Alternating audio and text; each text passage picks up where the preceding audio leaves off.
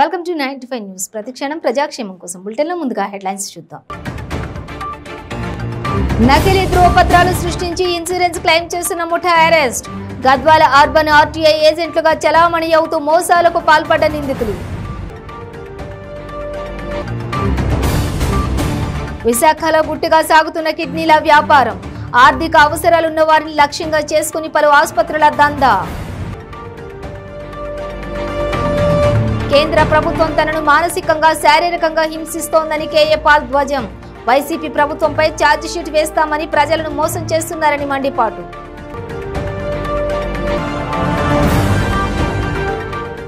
ఉస్మానియా విశ్వవిద్యాలయంలో సందడి చేసిన ప్రముఖ దర్శకులు శేఖర్ కమ్ముల 24వ ఎడ్యుకేషనల్ ఫిలిం ఫెస్టివల్ కు ముఖ్య అతిథిగా హాజరు. డీటెయిల్స్ చూస్తే గద్వాల అర్బన్ ఆర్టీఐ ఏజెంట్లుగా చలామణి అవుతూ నకిలీ ధ్రువపత్రాలు సృష్టించి ఇన్సూరెన్స్ కంపెనీలు ప్రభుత్వం నుంచి పెద్ద మొత్తంలో డబ్బులు కాజేసిన అంతర్రాష్ట్ర ముఠాను పోలీసులు పట్టుకున్నారు. జోగులాంబ గద్వాల జిల్లా కేంద్రంలో ఎస్పీ కార్యాలయంలో ఎస్పీ కె సృజన మీడియాకు వివరాలు వెల్లడించారు. ఉండవల్లి పోలీస్ స్టేషన్లో సుమోటో కేసుగా నమోదు చేసిన పోలీసులు నిందితులను పట్టుకున్నారని ఎస్పీ వెల్లడించారు. A1గా మీసాల రామస్వామితో పాటు చంద్రకుమార్, రవికుమార్, మాధవస్వామి, శ్రీకాంత్, సుధాకర్, తెలుగు విశ్వనాథ్, తెలుగు మధుసూదన్, రంగన్న, షఫీ, కోళ్ల ప్రేమ్ కుమార్, పొత్తిలి సురేష్ గౌడ్, బోయిని నగేష్, కొట్ర లక్ష్మయ్య, కిరణ్ కుమార్ రెడ్డి, రఘునాథ్, దాసరి ప్రవీణ్ ను అరెస్టు చేశారు. వీరి నుంచి కారు, 2 కలర్ ప్రింటర్స్, నకిలీ ఆర్సీలు, ఇన్సూరెన్స్ ధ్రువపత్రాలు, నకిలీ స్టాంపులు, 16 సెల్ ఫోన్లు స్వాధీనం చేసుకున్నట్లు పోలీసులు తెలిపారు. వీరిని రిమాండ్ కోసం అలంపూర్ కోర్టులో హాజరుపరిచినట్లు చెప్పారు.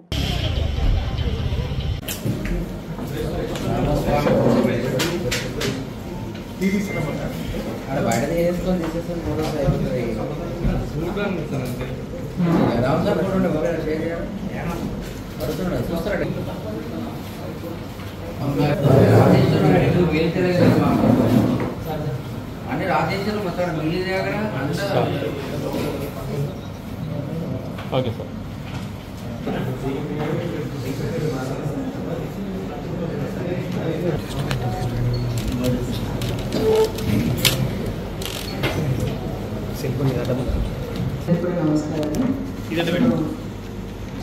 ఒక ఇంపార్టెంట్ కేసు రిజిస్టర్ అయ్యింది ఉండవల్లి పోలీస్ స్టేషన్ లిమిట్స్లో. మాకు నేను అక్కడ క్రెడిబుల్ ఇన్ఫర్మేషన్ తోటి మేము వెళ్ళాము. మెయిన్ ఒక ఆర్టీఏ ఏజెంట్స్ తెలిసిన వాళ్ళకి పర్చేస్తులు. మెయిన్ ఒక పర్సన్ రామస్వామి అనే అతను డాక్యుమెంట్స్ కొన్ని తీసుకొచ్చి ఇంకా మిగతా ఎవరు వేస్తే ఆలపూర్ సిఐ వెళ్ళి పట్టుకున్నారు. వాళ్ళు పారిపోవడానికి ట్రై చేస్తుంటే వాళ్ళని రెడ్ హ్యాండెడ్గా పట్టుకొని తీసుకొచ్చి ఆల్మోస్ట్ 10 మెంబర్స్ని ఎట్ ఏ టైం ఒకటే దగ్గర పట్టుకొని తీసుకొచ్చి ఫర్దర్ ఎంక్వైరీలో చాలా తెలిసింది. అతను ఈ ఆర్టీఏ ఏజెంట్స్ మొత్తం ఆల్మోస్ట్ చాలా జిల్లాల నుంచి ఉన్న ఆర్టీఏ ఏజెంట్స్ తోటి ఇన్ఫర్మేషన్ తీసుకొని వాళ్ళ దగ్గర నుంచి మెయిన్ ఇన్సూరెన్స్, ఆర్సీ ఇలాంటి డాక్యుమెంట్స్ తెప్పించుకొని ఆ ఇన్సూరెన్స్ని మళ్ళీ ఇతను కంప్యూటర్ చిన్న టెక్నాలజీతో వాడి మొత్తం దాన్ని మార్చేసి కొత్త ఇన్సూరెన్స్ కాపీ లాగా చేసి మళ్ళీ ఏజెంట్స్కి ఇచ్చేవాడు. ఏజెంట్స్ పబ్లిక్కి ఇచ్చేవాడు అనమాట. ఈ ఇన్సూరెన్స్ ఎప్పుడెప్పుడు యూజ్ వస్తుందంటే ఒక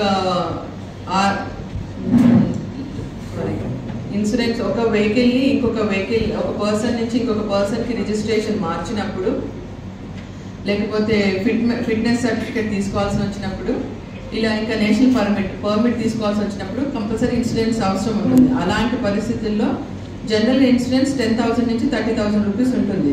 కానీ ప్రతి ఇయర్ ఇన్సూరెన్స్ తీసుకోరు. ఒక 2-3 ఇయర్స్ తీసుకున్న తర్వాత ఒక జస్ట్ 2-3,000 తీసుకొని ప్రతి పర్సన్కి నకిలీ ఇన్సూరెన్స్ లెక్కనే కానీ ఒరిజినల్ లాగానే ఉండే ఇన్సూరెన్స్ జస్ట్ టైం, డేట్, పేర్లు అన్నీ చేంజ్ చేసి ఇచ్చేవాళ్ళు అనమాట. ఇది స్టేట్ వైడ్ నడుస్తుంది. ఇప్పటికీ మాకు ఆల్మోస్ట్ 17 మెంబర్స్ని మేము తీసుకొచ్చాము. ఈరోజు రిమాండ్ చేస్తాము, కేసు రిజిస్టర్ చేశాము. విశాఖలో కిడ్నీల వ్యాపారం గుట్టుగా సాగుతోంది. ఆర్థిక అవసరాలున్న వారిని లక్ష్యంగా చేసుకుని పలు ఆసుపత్రులు కిడ్నీల దందా సాగిస్తున్నాయి. నగర పరిధిలోని పలు ఆసుపత్రులు ఉన్నత వర్గాలకు చెందిన వ్యక్తులకు అనధికారికంగా కిడ్నీ ఏర్పాటు చేస్తున్నాయి. కిడ్నీ సమస్యలతో బాధపడుతున్న వ్యక్తులకు లక్షలాది రూపాయలు ఇచ్చేందుకు ముందుకొస్తుండగా ఆయా ఆసుపత్రులు నిరుపేదలకు కొంత మొత్తాన్ని చెల్లించి వారి నుంచి కిడ్నీలు తీసుకుని అవసరమైన వారికి అమరుస్తూ ఉన్నారు. అయితే ఆర్థిక లావాదేవీలు బెడిసి కొడుతుండటంతో ఈ వ్యవహారం వెలుగులోకి వస్తున్నాయి. ఉన్నాయి. గతంలో నగర పరిధిలోని శ్రద్ధ ఆసుపత్రిపై ఆరోపణలు రాగా తాజాగా పెందుర్తిలోని శ్రీ తిరుమల ఆసుపత్రిలో కిడ్నీ రాకెట్ బయటపడింది. కిడ్నీ ఇచ్చిన వ్యక్తికి ముందస్తు ఒప్పందం ప్రకారం ఇస్తానన్న డబ్బులు ఇవ్వకపోవడంతో బాధితుడు పోలీసులకు ఫిర్యాదు చేశాడు.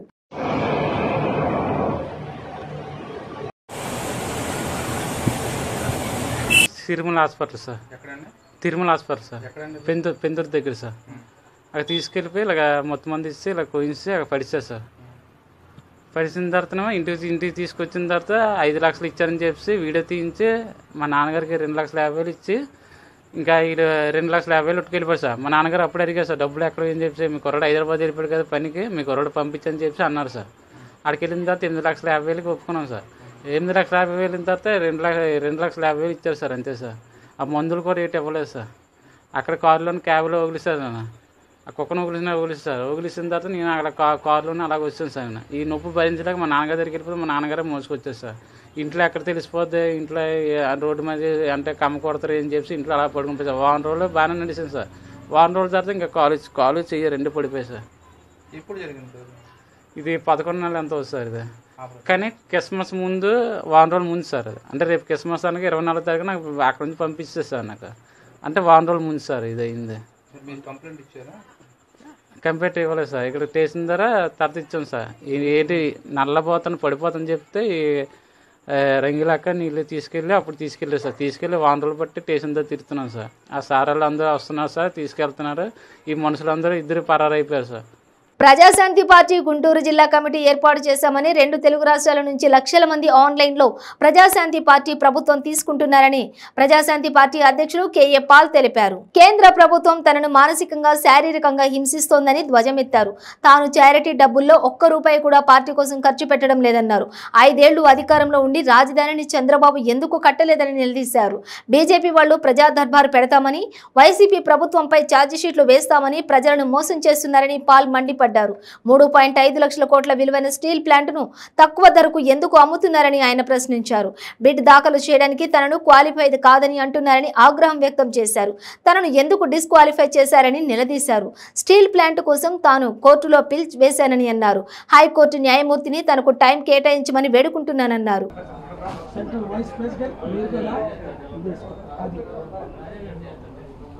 ఇప్పుడు కమిటీ మెంబర్లు మీరు చదవండి. కుమార్ గారు. చుక్కా వాల్టర్ గారు.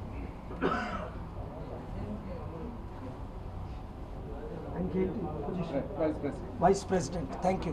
Praja Shanti party district vice president. ప్రతి క్యాస్ట్ నుంచి ఒకరిని తీసుకుంటున్నాం, అలాగనమాట. Very good. కార్యవర్గ కమిటీగా 2 డాక్టర్ కుమార్ గారు ఆంధ్రప్రదేశ్ తెలంగాణ రాష్ట్ర వైస్ ప్రెసిడెంట్లు, సెంట్రల్ కార్యవర్గ committee executive member. Doctor Kumar garu IAS retired principal secretary, Rosaiah garu vice president, Danamayya garu chief secretary vice president, national vice president, BJP parliament member. ఎందుకు బీజేపీని విడిచిపెట్టి కొన్ని వేల మంది జాయిన్ అయ్యారు? మన 2 తెలుగు రాష్ట్రాల్లో 31 లక్షలు ఆన్లైన్లో ఎందుకు చేరారు? అర్నాల అవినీతి లేని రాజ్యం. ఇప్పుడున్న వారందరూ అవినీతి పరులే, అర్థమైపోయింది. ఒకరినొకరు దూషించుకోవడం మీకు తెలుసు. ఒక ఆయన బుక్ రాశారు, చంద్రబాబు నాయుడు గారికి 6 లక్షల కోట్లు అవినీతి డబ్బు ఉందని. ఇంకొక ఆయన బుక్ రాశారు, అదే చంద్రబాబు నాయుడు గారు, జగన్మోహన్ రెడ్డి గారికి 3 లక్షల కోట్లు అవినీతి ఉందని. మరి కేసీఆర్ గారి మీద 9 లక్షల కోట్ల అవినీతి ఉందని ఇన్వెస్టిగేషన్లు అవుతున్నాయి. మరి కాంగ్రెస్ గురించి చెప్పాల్సిన లేదు. 56 సంవత్సరాలు 56 లక్షల కోట్లు అప్పు చేశారు. ఎన్ని లక్షల కోట్లు దోచుకున్నారు? నేను ఒకటే ప్రశ్న, మనకు వాళ్ళు కావాలా? ఇంతవరకు వాళ్ళకి మనం అవకాశం ఇచ్చాం. మీరు ఇచ్చారు, నేను ఇచ్చాను. కాంగ్రెస్కి నేను మద్దతు ఇచ్చాను, బీజేపీకి నేను మద్దతు ఇచ్చాను, టీడీపీకి నేను మద్దతు ఇచ్చాను, టీఆర్ఎస్ బీఆర్ఎస్కి నేను మద్దతు ఇచ్చాను, అందరికీ మద్దతు ఇచ్చాను, అందరికీ ఆర్థికంగా డబ్బు ఇచ్చాను. MLA, MP, ministers, central government డబ్బు ఇచ్చా. ఉస్మానియా విశ్వవిద్యాలయంలో ప్రముఖ దర్శకుడు శేఖర్ కమ్ముల సందడి చేశారు. University grant commission, consortium for educational communication సంయుక్తంగా నిర్వహిస్తున్న 24వ ఎడ్యుకేషనల్ ఫిలిం ఫెస్టివల్ ను శేఖర్ కమ్ముల ముఖ్య అతిథిగా హాజరై ప్రారంభించారు. శేఖర్ కమ్ముల రాకతో ఉస్మానియాలోని ఠాగూర్ ఆడిటోరియం విద్యార్థులు కేరింతలతో మారుమోగిపోయింది. శేఖర్ కమ్ముల చిత్రాలతో తయారు చేసిన ఏవీకి ఈ ఈవెంట్ కు వచ్చిన ఇతర అతిథులతో పాటు విద్యార్థులు ఫిదా అయిపోయారు. 3 రోజుల పాటు జరిగే ఈ ఫిలిం ఫెస్టివల్ ను ప్రారంభించిన అనంతరం విద్యార్థులను ఉద్దేశించి శేఖర్ కమ్ముల ప్రసంగించారు.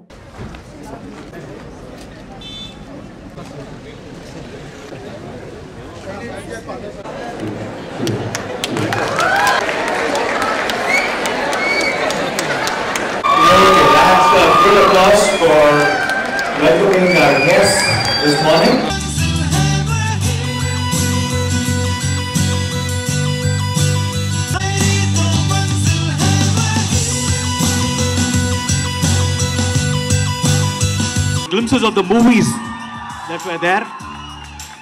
Recently, sir was there in our camp. He's an alumnus. We say he's from CVIT.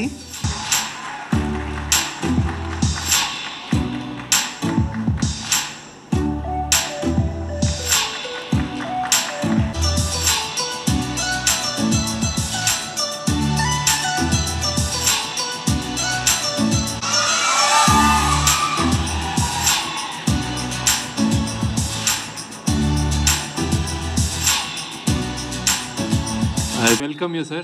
I take the position, I prefer to take the position of alumni and a student of OU than chief guest.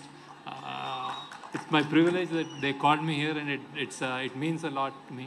And then welcome you, sir. This is a great place.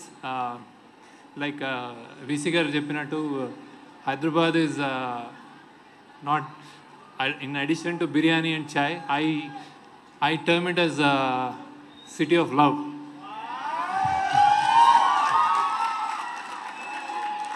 Today, for all the delegates who came from different parts, this city mein itna pyar hai ki, you know, when Kuli Qutub Shah fell in love with Bagmati, and he had to swim Musi to meet his lover.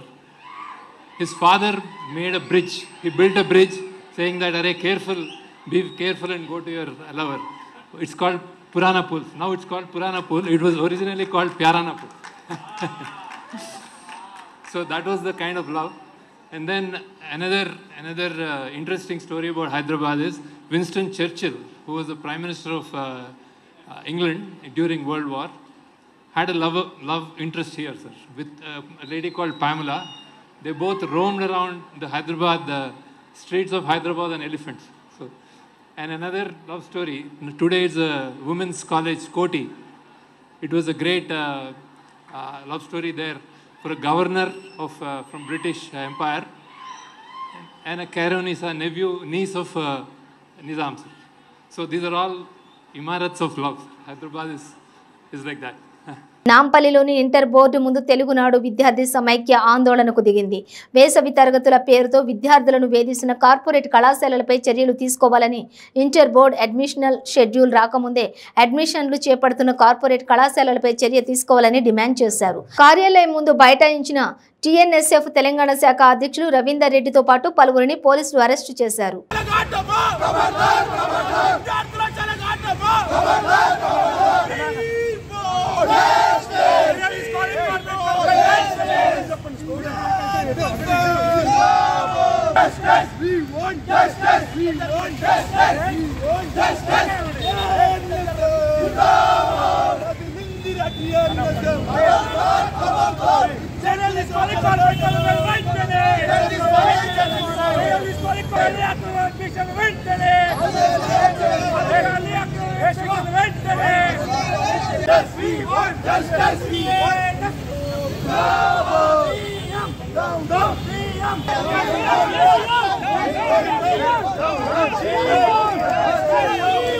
మరి బాధాకరము ఈ రోజున కేవలం intermediate board అధికారులు private corporate కళాశాలతో కుమ్మక్కయ్యారని చెప్పేసి స్పష్టమైతే ఉన్నది.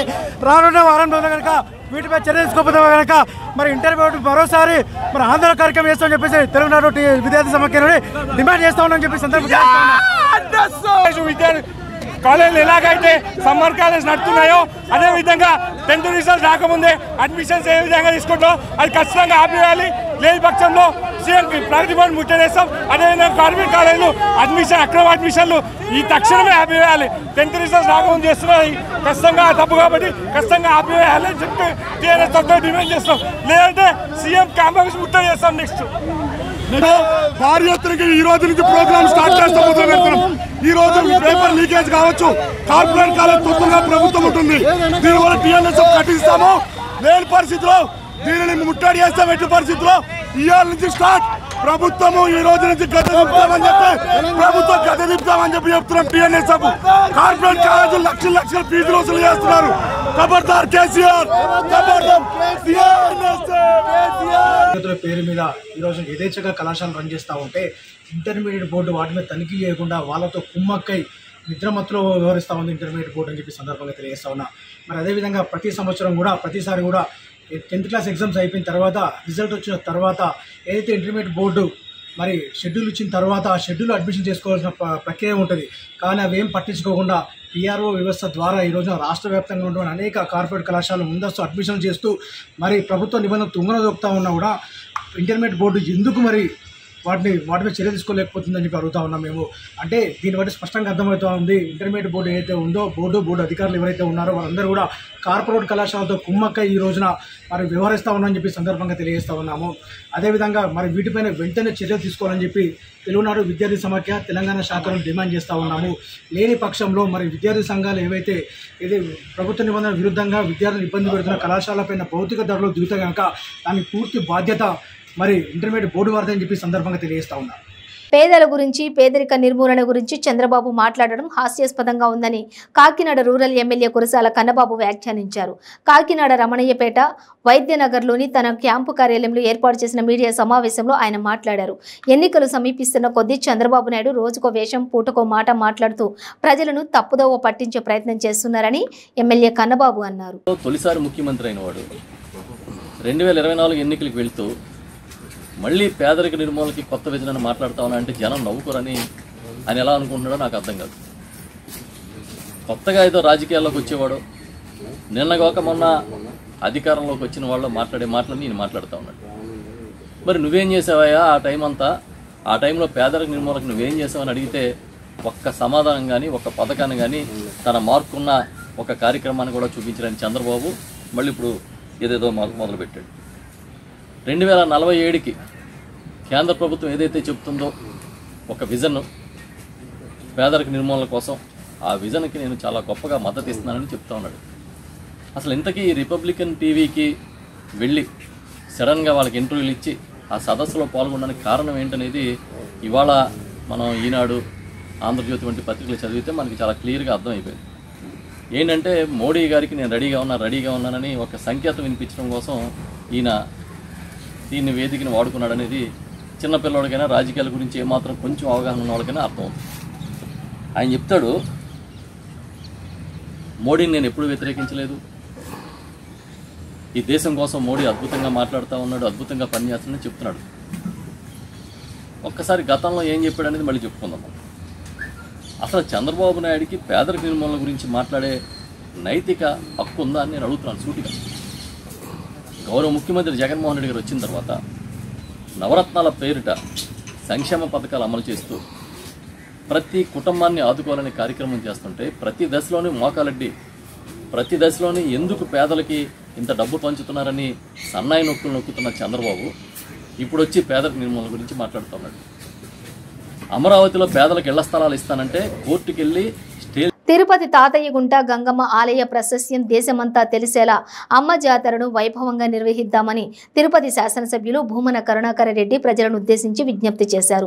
తిరుపతి తాతయ్యగుంట గంగమ్మ తల్లిని కొలుస్తూ అమ్మ వైభవాన్ని ప్రజల్లోకి విస్తృతంగా తీసుకెళ్లాలనే ఆలోచనలో భాగంగా 7 పాటలను తీసుకురావడం జరిగిందని ఆయన చెబుతూ 7 పాటలతో రూపొందించిన గంగా జాతర స్వర కుంభాభిషేకం సీడీని తిరుపతి ఎమ్మెల్యే భూమన కరుణాకర రెడ్డి స్థానిక భీమాస్ రెసిడెన్సీ హోటల్లో ఏర్పాటు చేసిన కార్యక్రమంలో తిరుపతి నగరపాలక సంస్థ మేయర్ డాక్టర్ శిరీష, కమిషనర్ హరిత, IAS deputy mayor Mudranarayana, Gangamma ఆలయ కమిటీ చైర్మన్ కట్టా గోపి యాదవ్, ఈవో మునికృష్ణలతో కలిసి ఆవిష్కరించారు.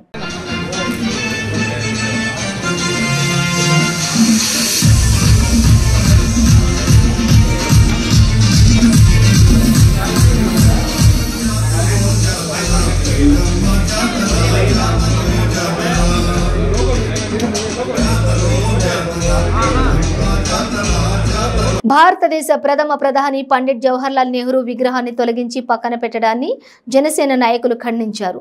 నూజివీడులో 1964లో జవహర్లాల్ నెహ్రూ పుట్టినరోజు సందర్భంగా విగ్రహం ఏర్పాటు చేశారు.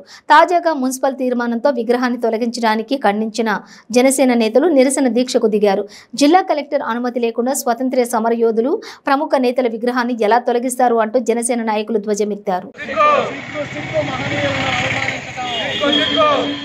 మహనీయుల విగ్రహాలకు అవమానం చేయటం సిగ్గు మాట్లాడతాం. జవహర్లాల్ నెహ్రూ గారి విగ్రహం ప్రతిష్ఠించేంత వరకు, మంచి ప్లేస్ లో ప్రతిష్ఠించేంత వరకు, నెహ్రూ గారి విగ్రహం మంచి ప్లేస్ లో ప్రతిష్ఠించేంత వరకు లాలి పవన్ కళ్యాణ్ జై జనసేన, లాలి పవన్ కళ్యాణ్ గారి నాయకత్వం. స్వాతంత్ర సంగ్రామం శ్రీరామకృష్ణ, జనసేన పార్టీ ఉమ్మడి కృష్ణా జిల్లా అధికార ప్రతినిధి.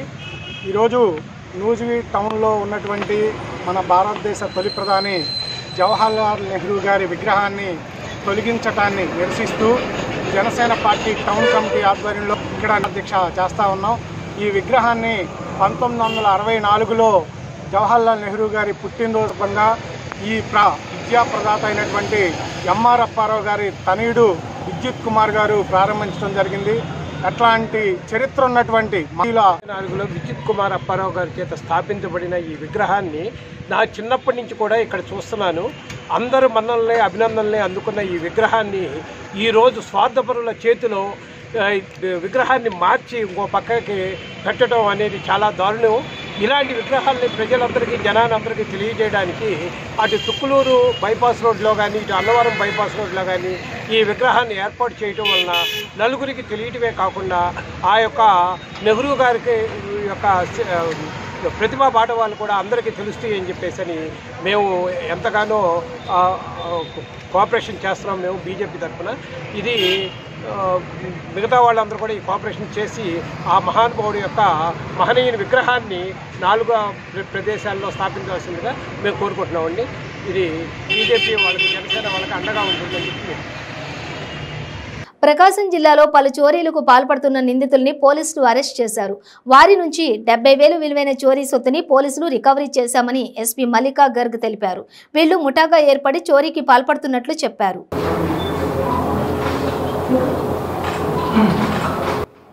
నవంబర్ డిసెంబర్ మంత్లో 2 క్రైమ్స్ జరుగున్నాయి. దాంతోపాటు ఒక బాపట్లలో కూడా నవంబర్లో 2022లో ఒక క్రైమ్ జరిగింది. అన్ని house breakings by night and theft. So అది మనది ఒంగోలు 1 టౌన్లో అది గ్రేవ్ థెఫ్ట్ జరిగింది, తాలూకాలో నాన్ గ్రేవ్ థెఫ్ట్ జరిగింది, అండ్ బాపట్లలో కూడా ఒక నాన్ గ్రేవ్ థెఫ్ట్ జరిగింది. These are case numbers 406 of 22 of Ongole 1 town, 808 of 22 Ongole Taluka, 478 of 22 of Bapatla town PS.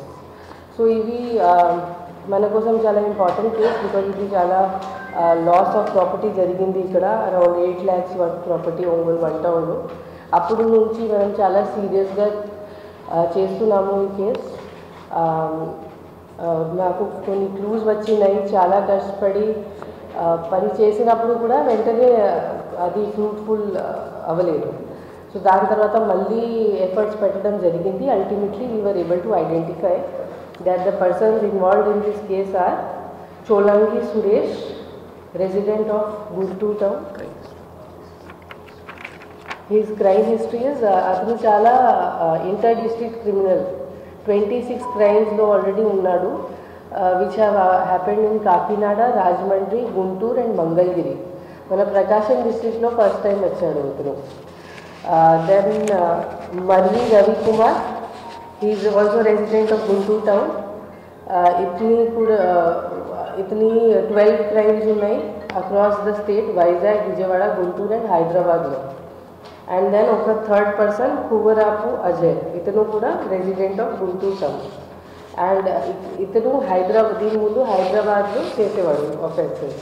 దొంగతనం సమయంలో జారిపడిన గాజు నిందితురాల్ని పట్టించింది. దీంతో పాటు విశాఖ నగరంలోని వేర్వేరు పోలీస్ స్టేషన్ల పరిధిలో జరిగిన దొంగతనాలకు సంబంధించిన కేసులను పోలీసులు ఛేదించి 3 నిందితులను అదుపులోకి తీసుకున్నారు.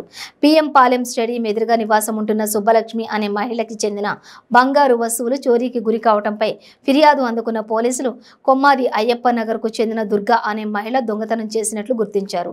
గతంలోనే ఇలాగే ఓ అపార్ట్మెంట్లో 85 గ్రాముల బంగారు గొలుసు నెక్లెస్లను దొంగలించినట్లుగా ఒప్పుకుంది. అప్పులను తీర్చడానికి దొంగతనం చేసినట్లుగా చెప్పింది. ఈ 2 సంఘటనల్లో ఆమె నుంచి 9.60 లక్షల విలువైన బంగారు ఆభరణాలను స్వాధీనం చేసుకున్నామని డీసీపీ నాగన్న తెలిపారు.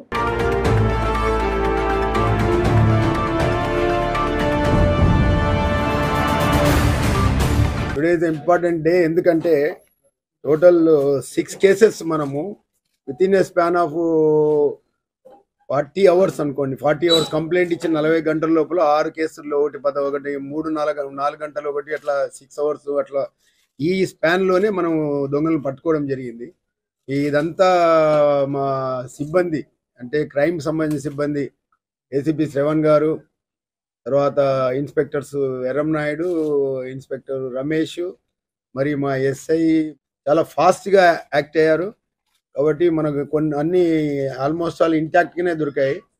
కాబట్టి దీంట్లో వీళ్ళందరినీ మేము అభినందిస్తున్నాం. వీళ్ళందరికీ సిపి గారికి చెప్పి మేము రివార్డ్ రోల్స్ కూడా ఇస్తున్నాము. First PM Palem crime number 138/23 under section 38 IPC. దీంట్లో ఫిర్యాదు అయ్యల సోమరాజు సుబ్బలక్ష్మి ఈమె స్నానం చేయడానికి అని చెప్పేసి టేబుల్ పైన ఉంచి స్నానానికి వెళ్ళింది. ఆ డోర్ కొంచెం దగ్గరికి వేసింది మామూలుగా అట్లా. ఇవి ముద్దాయి పత్తి దుర్గా ఈ అమ్మాయి కొంచెము అంటే అప్పుడప్పుడు ఇంటికి వస్తాను మామూలుగా వాళ్ళ ఫాదర్ వాటర్ క్యాన్స్ వేసేవాడు.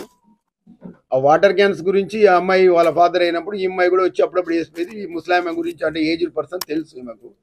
మామూలుగా వాటర్ వేయడానికి ఎవరైనా వస్తారు కాబట్టి జనరల్గా వస్తారని ఎవరు రాదు. 2nd floor 1st floor అట్లా ఇవన్నీ ఉన్నాయి కాబట్టి దీంట్లో ప్రాబ్లం లేదు, మేము మామూలుగా చేస్తుంది. కానీ ఈ అమ్మాయి దాంట్లోకి వచ్చి ఆ పుస్తల తాడు అంతా పట్టుకొని వెళ్ళిపోయిన తర్వాత మనకు అక్కడ లభించిన ఆధారాలు అంటే కొన్ని ఆధారాలను బట్టి మనం ఇమ్మీడియట్గా మనము దాన్ని కెమెరాస్ టెక్నికల్గా చూసాము. మనకు ఓన్లీ డ్రెస్ మాత్రమే ఒక పింక్ కలర్ డ్రెస్ కనపడతా ఉంది. అంటే సరే పింక్ కలర్ డ్రెస్ కనపడతా ఉంది. ఈ తర్వాత ఒక ప్లాస్టిక్ గాజు అక్కడ ఉంది. అంటే కింద పడింది, అది ఎట్లా పడిందో వాళ్ళకి ఆ గాజు ద్వారా మనము ఈ డ్రెస్ ద్వారా చూసి టెక్నికల్ నాలెడ్జ్తో చూసుకున్న తర్వాత ఎక్కడ ఏంటి డ్రెస్ దాని సీసీ కెమెరాస్ వెరిఫై చేసుకొని కొమ్మాది దగ్గర మనము దాని గురించి అమ్మాయి ఇంటికి ఎవరెవరు వస్తారు అన్ని విచారించుకొని వీళ్ళే వస్తారు జనరల్గా ఎవరు రారు అని ఒకసారి డౌట్ వచ్చి ఆ అమ్మాయి దగ్గరికి వెళ్దామంటే అమ్మాయి వస్తా ఉంది ఇంటిగా. అది చూసిన తర్వాత అమ్మాయి ఇంకా సేమ్ కలర్ డ్రెస్లోనే ఉంది. గాజు కూడా లేదు, ఒక గాజు ఉంది, ఒక గాజు లేదు. బులెటిన్ ముగించే ముందు హెడ్లైన్స్ మరోసారి. నకిలీ ధ్రువపత్రాలు సృష్టించి ఇన్సూరెన్స్ క్లెయిమ్ చేస్తున్న ముఠా అరెస్ట్. గద్వాల అర్బన్ ఆర్టీఐ ఏజెంట్లుగా చలామణి అవుతూ మోసాలకు పాల్పడ్డ నిందితులు. విశాఖలో గుట్టుగా సాగుతున్న కిడ్నీల వ్యాపారం. ఆర్థిక అవసరాలున్న వారిని లక్ష్యంగా చేసుకుని పలు ఆసుపత్రుల దందా. కేంద్ర ప్రభుత్వం తనను మానసికంగా శారీరకంగా హింసిస్తోందని కేఏ పాల్ ధ్వజం. వైసీపీ ప్రభుత్వంపై ఛార్జిషీట్ వేస్తామని ప్రజలను మోసం చేస్తున్నారని మండిపాటు.